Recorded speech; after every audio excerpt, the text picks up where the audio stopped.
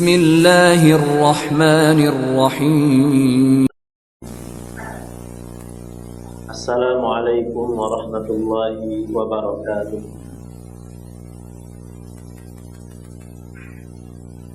Innal hamdalillah nahmaduhu wa nasta'inuhu wa nastaghfiruh wa na'udzu billahi min shururi anfusina wa min sayyiati a'malina.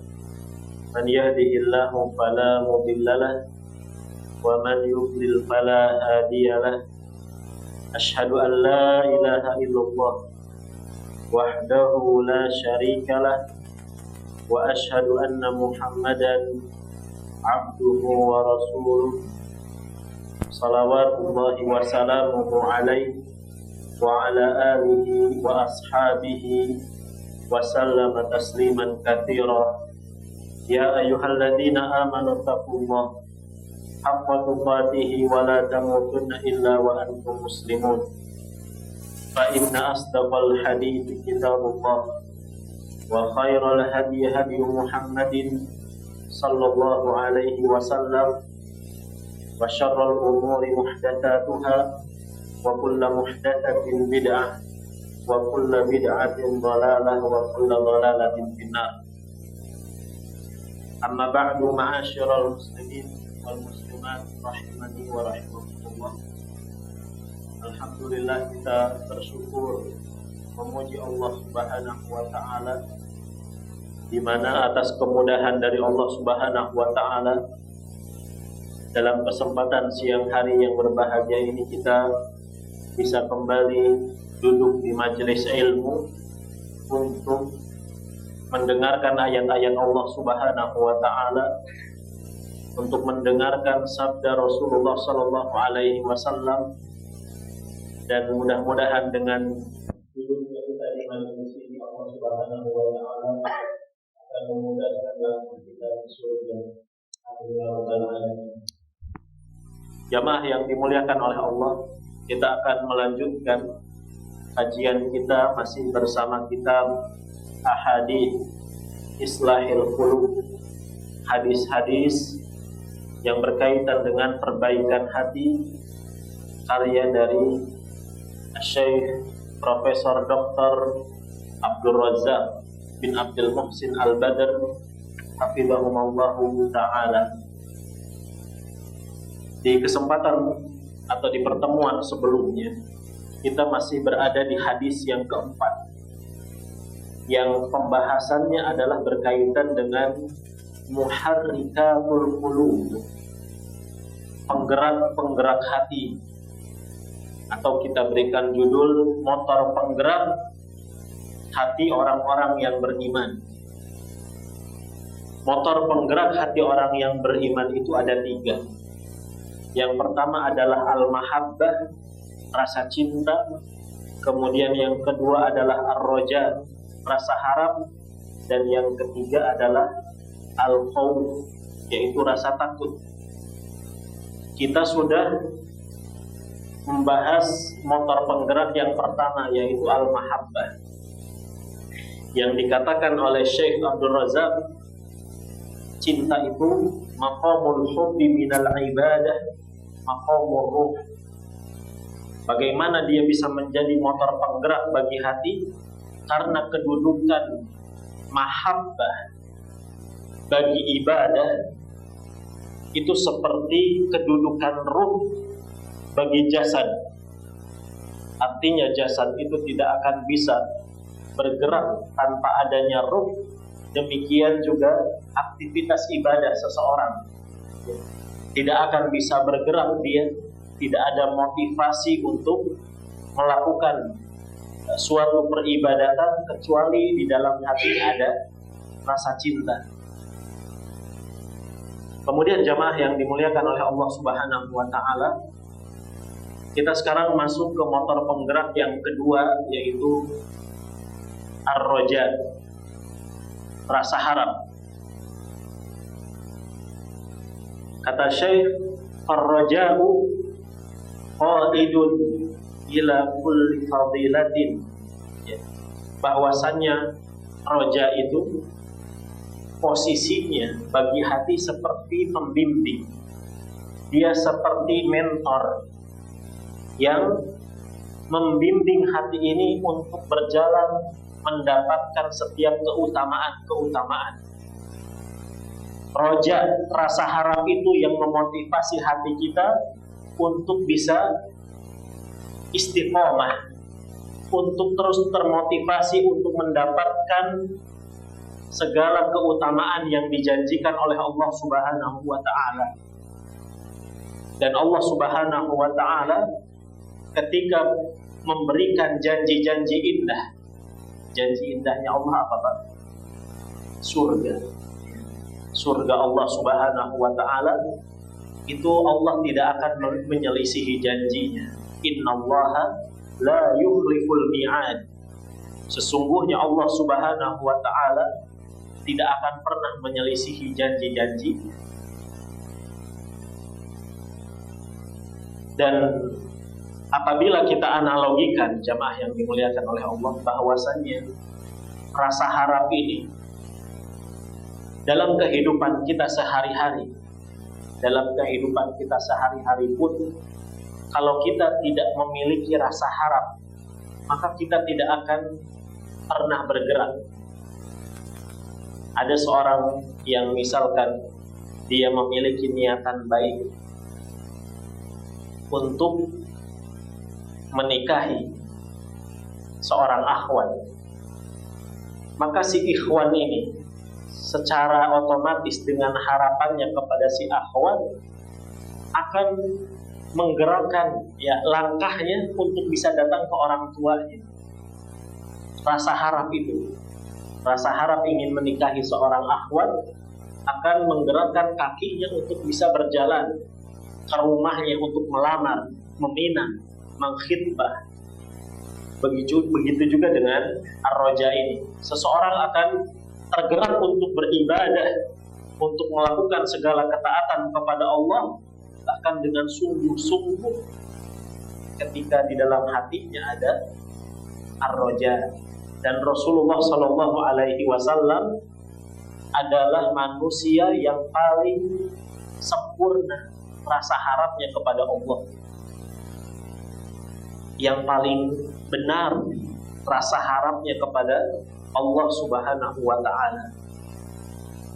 Di mana disebutkan dalam sebuah riwayat, Nabi Shallallahu Alaihi Wasallam itu sholat malam hatta tataqattarat qadamah, sampai kakinya pecah-pecah.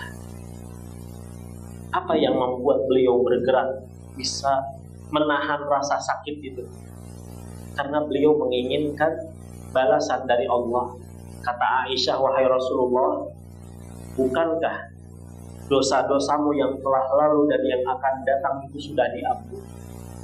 Kemudian kata Nabi Shallallahu Alaihi Wasallam, afala aku abdan syakur, apakah aku tidak boleh menjadi hamba Allah yang bersyukur? Nah, ini jamaah yang dimuliakan oleh Allah. Kemudian hal yang perlu kita ketahui tentang roja ini, Syekh mengatakan bahwasannya rasa harap yang benar, adalah rasa harap yang menuntut seseorang itu melakukan sebuah pergerakan, yang menuntut seseorang itu melakukan sebuah aksi. Karena di sana ada, dalam bahasa Arab, ada kata yang mirip dengan roja, yaitu at-tamanni, sebagaimana yang disebutkan oleh Imam Ibnu Qayyim al-Jauziyah.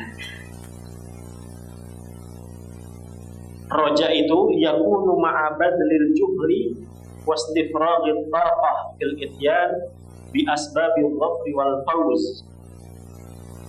Bahwasanya roja itu cirinya seseorang itu akan mengerahkan segala potensi dan usahanya untuk mendapatkan sebab-sebab keselamatan dan kemenangan. Wa tamanni, adapun tamanni itu disebutnya kalau bahasa Indonesia angan-angan, jemaah. Bedakan antara rasa harap dan angan-angan. Angan-angan itu hanya apa? Sesuatu yang terbetik di dalam hati tanpa adanya seseorang itu melakukan sebab. Dan ini biasanya dirasakan oleh sebagian orang, misalkan yang memiliki al-himmah ad-dhaifah. Dia memiliki cita-cita yang lemah. Dia hanya mengatakan seandainya saya kaya, seandainya saya kaya, seandainya saya punya uang. Dia berandai-andai. Orang yang banyak andai-andai, orang yang banyak berangan-angan, dan atau dikatakan dalam bahasa Arabnya at-tamanni, dia adalah orang yang akan binasa dengan angan-angannya. Dia akan menjadi orang yang semakin tertipu. Dia melalui waktu-waktu itu, tapi waktunya tidak memiliki nilai. Tidak memiliki nilai. Ini jamaah yang dimuliakan oleh Allah harus kita perhatikan. Dan Allah Subhanahu wa ta'ala di dalam ayat-ayat Al-Quran membahasakan, memotivasi kita untuk beribadah bukan dengan kata-kata tamanni, bukan dengan kata angan-angan, tapi dengan kata-kata roja. Semua harapan itu dikaitkannya selalu dengan kalian harus berbuat sesuatu, kalian harus beribadah terlebih dahulu. Di antaranya adalah di dalam surat Al-Kahfi ayat yang ke-110. Allah Subhanahu wa ta'ala berfirman, "Faman kana yarju liqa'a rabbih." Barang siapa yang mengharapkan pertemuan dengan Allah, barang siapa yang mengharapkan pertemuan dengan Allah, falyamal amalan shaliha, maka hendaknya dia beramal saleh. Wala yusyrik bi ibadati rabbih ahada, dan hendaknya dia tidak menyekutukan Allah dengan sesuatu apapun dalam peribadatan kepadanya. Harapan kita tadi surga, Pak. Harapan kita adalah bisa bertemu dengan Allah. Harapan kita mendapatkan kebahagiaan di akhirat. Dan semuanya ini Allah syaratkan kita untuk melakukan sebuah namanya ibadah. Dan syaitan tentu saja tidak diam. Syaitan menjerumuskan manusia juga melalui pintu roja ini, sehingga syaitan itu membuat terkadang rasa roja di dalam hati seseorang itu terlalu besar. Kita sudah sebutkan di pertemuan sebelumnya, ada sebuah sekte namanya sekte Murji'ah. Sekte namanya Murji'ah, sekte sesat, yang mereka memiliki keyakinan bahwasannya imannya seseorang yang melakukan sebuah kemaksiatan atau dosa besar itu sama seperti imannya Abu Bakar dan Umar. Para pelaku zina atau pelacur-pelacur itu, kata orang-orang Murji'ah, imannya mereka sama dengan imannya Abu Bakar dan Umar. Kenapa mereka sesat seperti itu? Karena mereka tadi terjerumus ke dalam sebuah pemahaman yang ini tentunya ulah dari syaitan. Syaitan membuat rasa harap di hati mereka terlalu besar. Allah itu kan maha pengampun, Allah itu kan rahmatnya maha luas. Nah, kalau kita melakukan dosa sebesar apapun, dosa itu tidak akan pernah berpengaruh kepada iman kita. Sehingga iman kita dari dulu sampai sekarang sama saja. Ini pemahaman yang keliru, jamaah yang dimuliakan oleh Allah. Kemudian berkaitan dengan roja ini, para sahabat radhiyallahu anhum ajma'in, mereka juga diberikan motivasi oleh Nabi SAW ketika mereka itu mengutarakan, mereka menyampaikan rasa harapan mereka. Di antaranya adalah seorang sahabat yang bernama Rabi'ah bin Ka'ab Al-Aslami radhiyallahu anhu. Kata dia, aku pernah menginap bersama Rasulullah. Kemudian aku berusaha untuk mendatangkan wadunya Nabi. Wadu itu apa, Pak? Air untuk berwudu. Wahajatahu, dan segala kebutuhannya.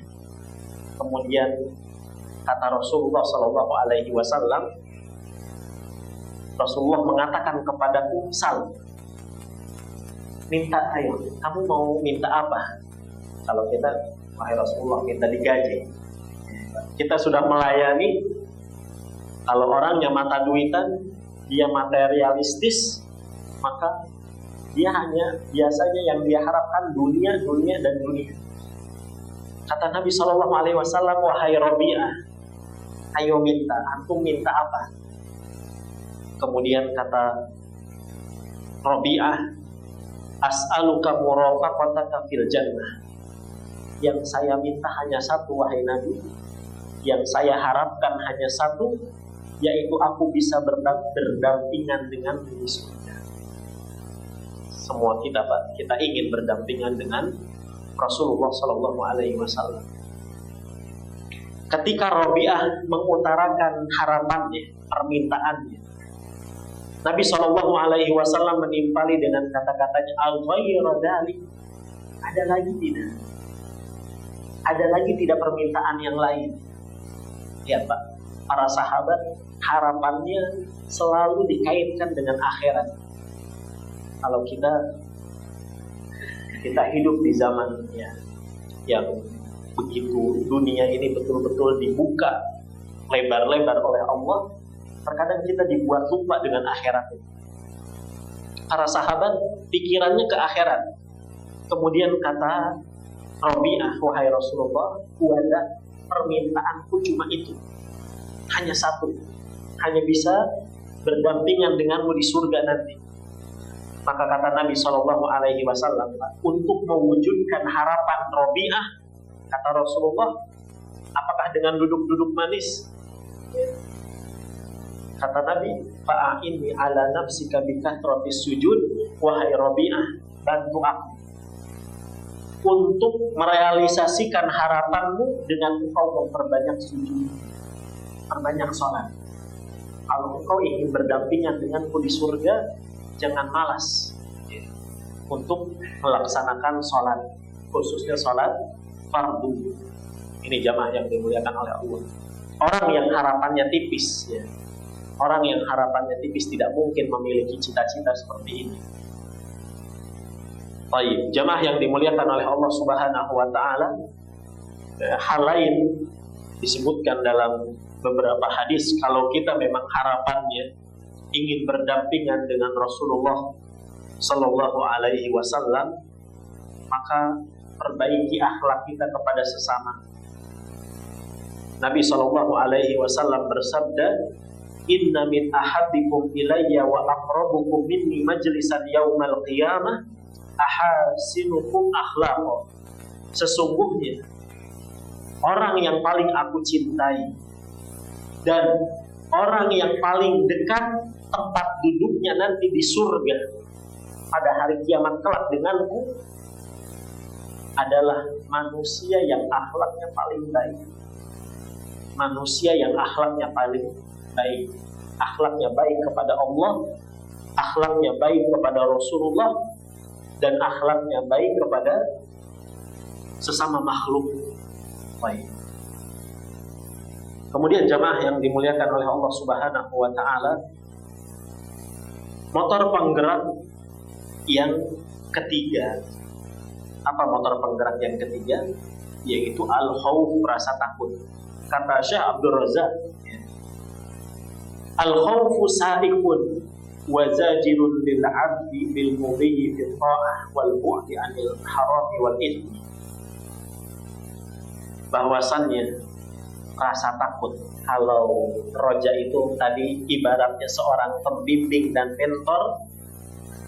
Kalau rasa takut itu seperti supir. Al-khawfu kata beliau saik. Dia seperti supir. Apa Pak supir itu? Supir itu fungsinya supaya kendaraan yang kita tunggangi itu tidak belok ke kanan, tidak belok ke kiri, supaya kita terus istiqomah di jalan Allah Subhanahu wa Ta'ala, supaya kita terus bisa melaju di atas jalan ketaatan kepada Allah, wal bu'di anil harami wal ithmi. Dan kita pun dengan rasa takut itu betul-betul bisa menjauhi hal-hal yang diharamkan oleh Allah Subhanahu wa Ta'ala dari perbuatan-perbuatan dosa. Orang yang tidak ada rasa takut di dalam hati, maka dia tidak akan segan-segan untuk melakukan dosa. Orang yang tidak ada rasa takut di dalam hatinya, maka dia tidak akan pernah mempertimbangkan ketika dia terluput dari sebuah kewajiban. Dia tidak sholat 5 waktu, dia acuh saja, dia tidak peduli.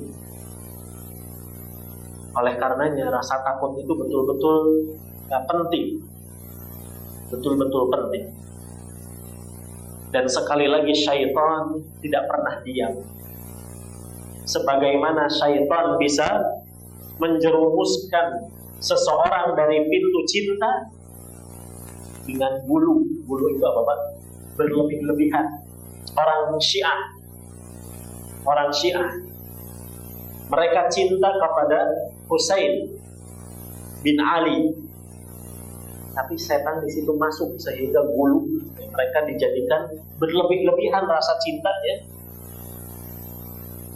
Dan mereka pun apa? Bukan hanya mencintai Husain sebagai sahabat Nabi, bukan sebagai ahli baitnya Nabi saja, tapi mereka sampai mengkultuskan. Saking cintanya kepada Husain, ya, mereka apa? Beribadahnya untuk Husain.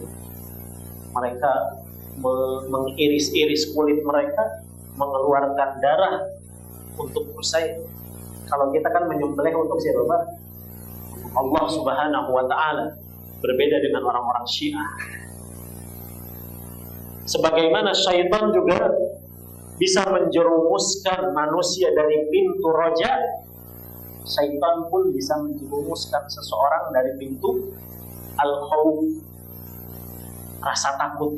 Dibuat rasa takutnya berlebihan. Kalau orang rasa takutnya sudah berlebihan, apa yang terjadi?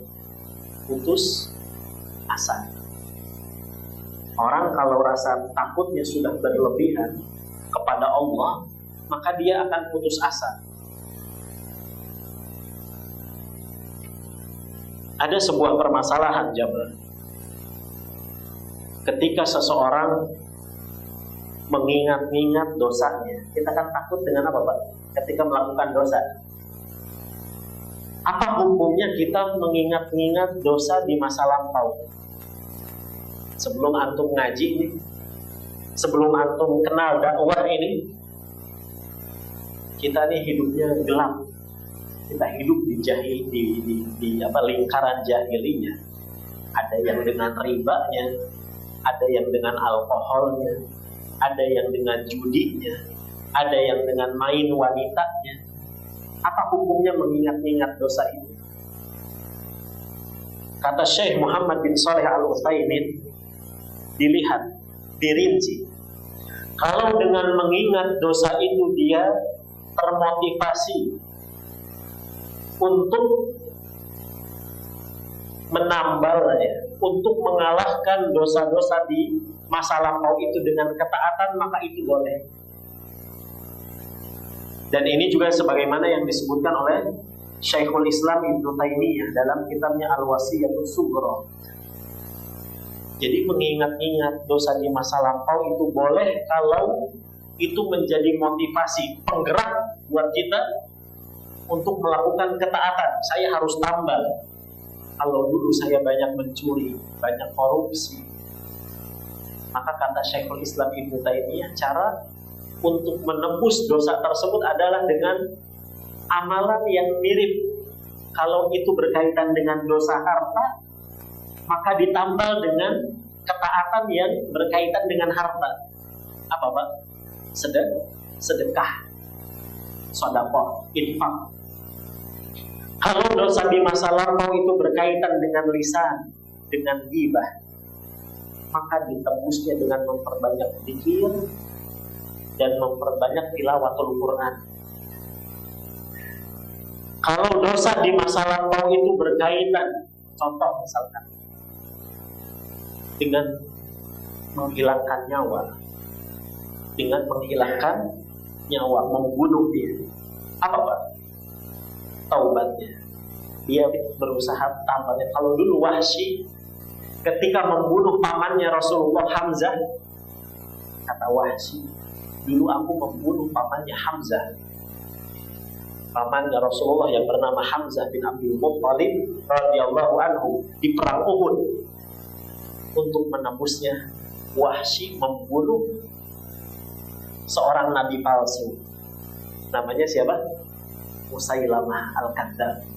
Itu Pak, diiringi dengan amalan-amalan yang mirip.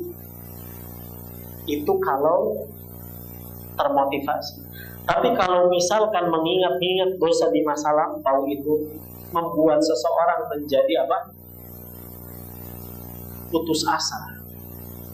Putus asa dia, sepertinya Allah Subhanahu wa Ta'ala akan mengadab saya dan tidak akan mengampuni saya. Udahlah, saya daripada tanggung-tanggung dosanya, saya akan menjadi ahli maksiat seterusnya. Maka ini kata Syekh Muhammad bin Shalih Al-Utsaimin, ini tidak diperbolehkan. Harus ditepis jamaah. Dan ini termasuk rasa putus asa dari rahmat Allah, termasuk dosa besar. Rasulullah Shallallahu Alaihi Wasallam bersabda ketika ditanya apa itu dosa besar, kata Nabi, asyirku billah, yaitu berbuat syirik, wal iyasu min rawhillah, dan berputus asa dari rahmat Allah, wal amni min makrillah, dan merasa aman dari azab Allah Subhanahu wa Ta'ala. Nah, ini jamaah yang dimuliakan oleh Allah, berkaitan dengan motor penggerak yang ketiga, yaitu rasa khauf. Sehingga muncul permasalahan, Ustaz, apakah dua perasaan ini harus selalu ada, atau boleh salah satunya terkadang kita hilangkan? Maka jawabannya adalah harus selalu ada. Karena rasa harap dan takut kepada Allah itu, kata Al-Imam Ibnul Qayyim Al-Jauziyah, kajanahai tayr, seperti dua sayap burung. Burung itu bisa berjalan dengan baik, ya, terbang dengan lurus, kalau misalkan dua sayapnya sempurna. Kalau salah satunya cacat, apa yang terjadi Pak? Burung itu akan apa? Jatuh, akan binasa. Sekalipun dalam keadaan genting, Pak. Dalam keadaan genting, jangan tinggalkan dua rasa ini, harap dan takut. Ada seorang sahabat ketika dia sakarat, ditengok oleh Rasulullah Shallallahu Alaihi Wasallam. Kemudian kata Nabi, wahai fulan, apa yang engkau rasakan? Kata dia, aku memiliki sebuah harapan wahai Rasulullah, agar mendapatkan rahmat Allah dan agar aku diampuni dosa-dosanya oleh Allah, karena aku takut dengan dosa-dosa. Aku takut. Lihat Pak, sekalipun dalam keadaan sakaratul maut, sahabat ini apa? Tidak menghilangkan rasa harap dan takutnya. Memang ada perselisihan di antara ulama. Ada yang mengatakan, katanya, kalau seseorang itu berada dalam kondisi lapang dan sehat, maka yang harus diperbesar harapnya atau takutnya? Takutnya. Yang harus lebih besar takut. Karena orang yang sehat, orang yang sedang lapang rezekinya, orang yang sedang lapang waktunya, sangat-sangat besar kemungkinannya untuk berbuat maksiat. Itu tidak benar. Kalau orang sudah sehat, merasa badannya betul-betul bugar, banyak rezekinya, kemudian tadi waktunya luang, dia sangat-sangat memungkinkan untuk berbuat maksiat. Maka rasa takut yang harus dibesarkan. Maka kalau misalkan dalam keadaan sebaliknya, dia dalam keadaan sakit, dalam keadaan terpuruk, maka yang harus diperbesar itu rasa harap. Tapi sekali lagi yang benar, wallahu a'lam, pendapatnya Syekh Abdul Razak di sini menegaskan beliau harus seimbang, harus selalu seimbang antara rasa harap dan takut. Kemudian jamaah yang dimuliakan oleh Allah Subhanahu wa taala, berkaitan dengan motor penggerak yang ketiga ini, yaitu rasa takut yang menjadi bahan muhasabah kita. Kita ini terkadang merasakan tipisnya rasa takut kita kepada Allah. Maka belajarlah dari para sahabat radhiyallahu anhum ajmain. Para sahabat mereka dulu termotivasi untuk berbuat amal soleh itu karena mereka mengingat-ingat akhirat, Pak. Diingat-ingat, perbanyak mengingat kematian supaya rasa takut itu hadir. Contohnya adalah Umar bin Khattab radhiyallahu anhu. Kata Umar, "Lau atharat baglatun fil Iraq", seandainya ada seekor keledai, seekor anak keledai yang dia terperosok kaki, dia jatuh kaki, dia kemudian kakinya cedera, dan itu berada di Irak, la khasyitu an yas'alani Allah, aku takut pada hari kiamat akan disidang oleh Allah. Ya, Umar takut akan disidang oleh Allah. Allah akan bertanya kepadaku, kata Umar, lima lam tuslih at-tariqa ya Umar, kenapa kau tidak memperbaiki jalan itu wahai Umar? Kau itu Amirul Mukminin, kau presiden. Itu si keledai itu jatuh, kakinya kemudian cacat, disebabkan oleh ulahmu yang tidak memperbaiki seluruh jalan yang ada di kota Irak. Lihat Pak, Umar menghadirkan rasa takut itu sehingga Umar menjadi pemimpin yang luar biasa. Kalau sekarang jalan-jalan dikorupsi, ya, diperbaiki ala kadarnya, kemudian terkadang ya, sebagian tempat diperbaiki, sebagian lagi tidak. Kenapa? Karena uangnya sengaja sudah dilipat oleh oknum-oknum tertentu. Maka ini karena mereka tidak memiliki rasa takut kepada Allah. Lihatlah kepada Rasulullah Sallallahu Alaihi Wasallam ketika Nabi Sallallahu Alaihi Wasallam ditanya oleh sahabatnya, wahai Rasulullah, rambutmu sudah beruban. Rambutmu sudah beruban. Apa jawaban Nabi Pak?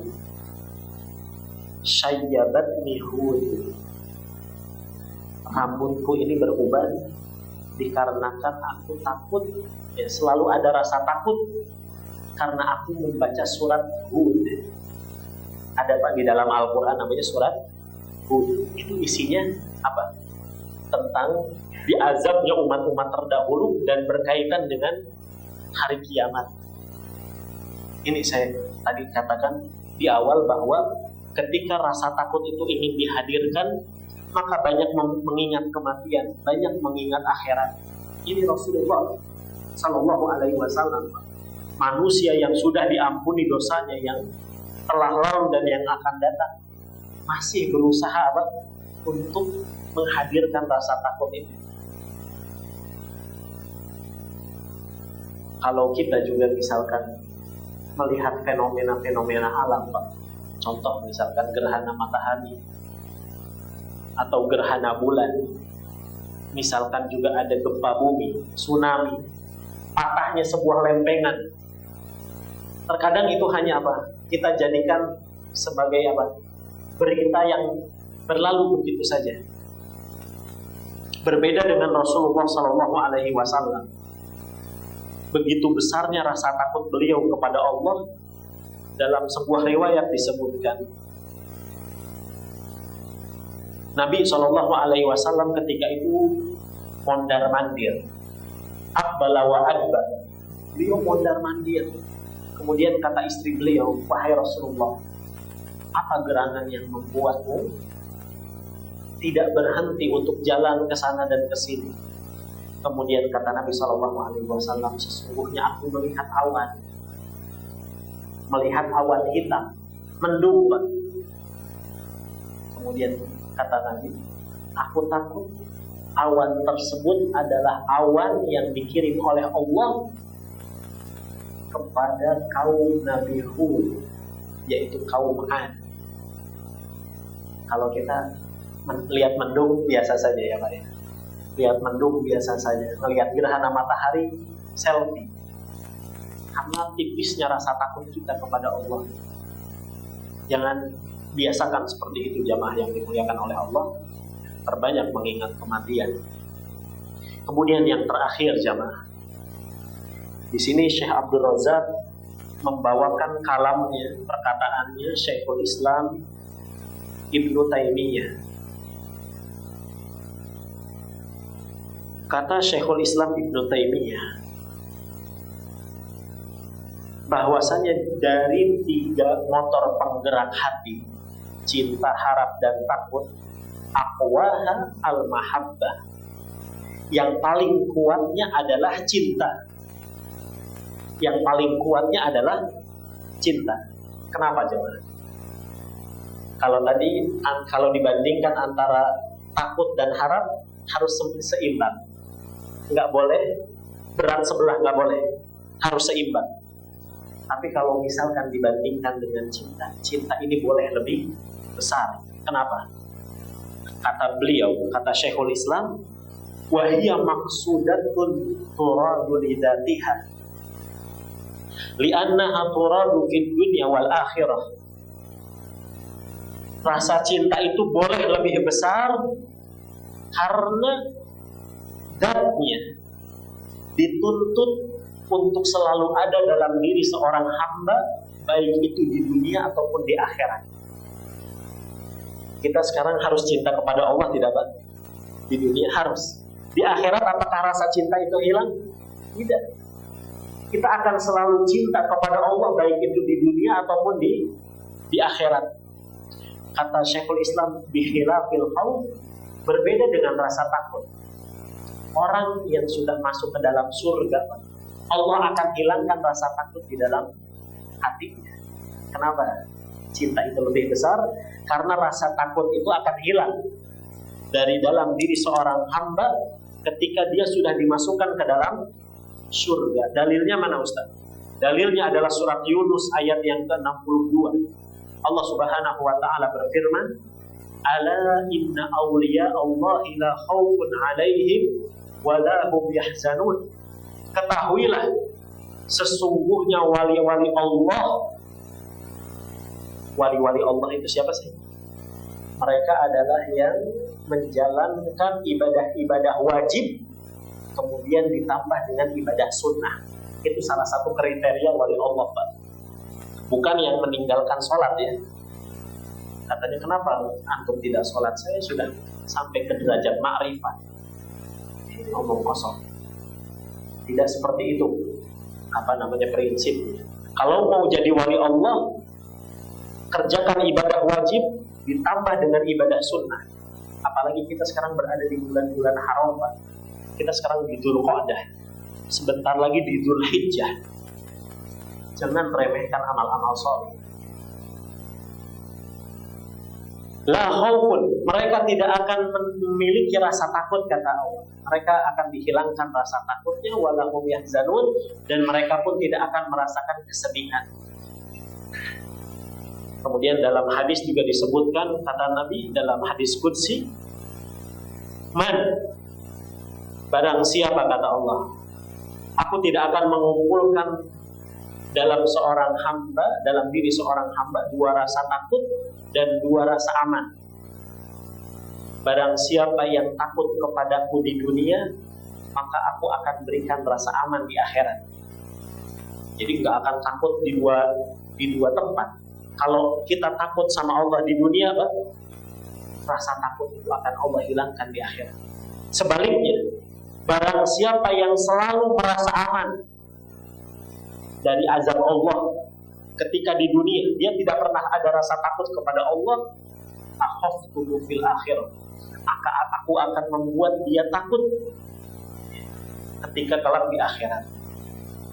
Ini alasan yang pertama kenapa cinta itu boleh lebih besar, tapi tidak boleh berlebihan. Gulu itu tidak boleh. Kalau cinta kepada Allah berlebihan, silakan. Cinta kepada Allah berlebihan, ya, dalam koridor yang Rasulullah ajarkan itu dianjurkan. Yang tercela itu sebetulnya cinta yang berlebihan kepada Rasulullah misalkan. Cinta berlebihan kepada Rasulullah maksudnya bagaimana, Ustaz?